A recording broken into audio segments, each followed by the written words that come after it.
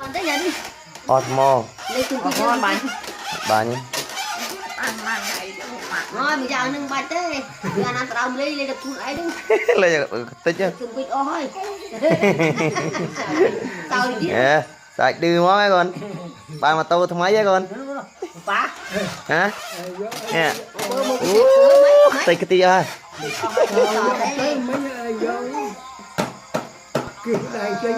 Nạp lại nói cùng chị Hiền can thưa trong hết. À con này biết à, con nào biết.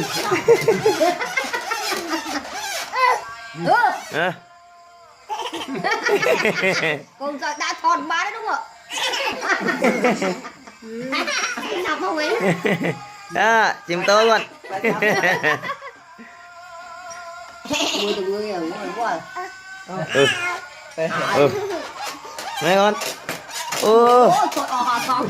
Rồi một tô tích cái tia con. Hiền này sợ đấy cô đó. Ăn đồng mông. Chú cười cười sao vậy nhá. Ôi ôi đi ra con đi. Hiền sợ đấy tê bà mà mang cho. Bù thư tê con. Anh à. Để tôi sắp đen không? Bánh phàm mà Osmo ra mình.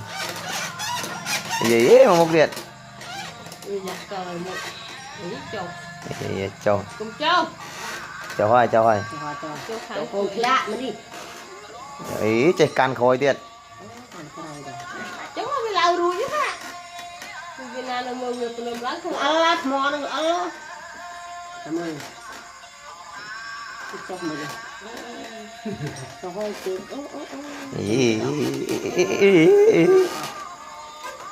Đôi lên con. Đôi khan chim tàu là. À cho hay không bằng cái tiết à. Cô đó nghe. Nè mà cái cho.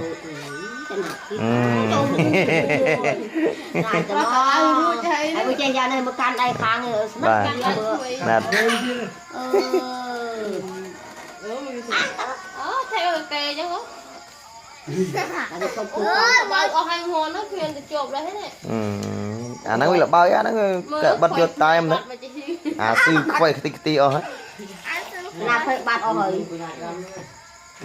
Thôi nhiều mũi. Mà mang cho.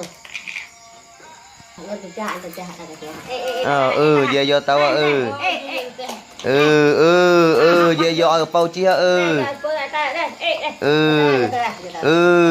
giờ dùm tô sư tao tài cho tao tài cho tao Tiền xe thôi coi chứ. có tiền xe thì thôi vậy nhỉ. Ý đang make sai thiệt. Tiền xe rồi.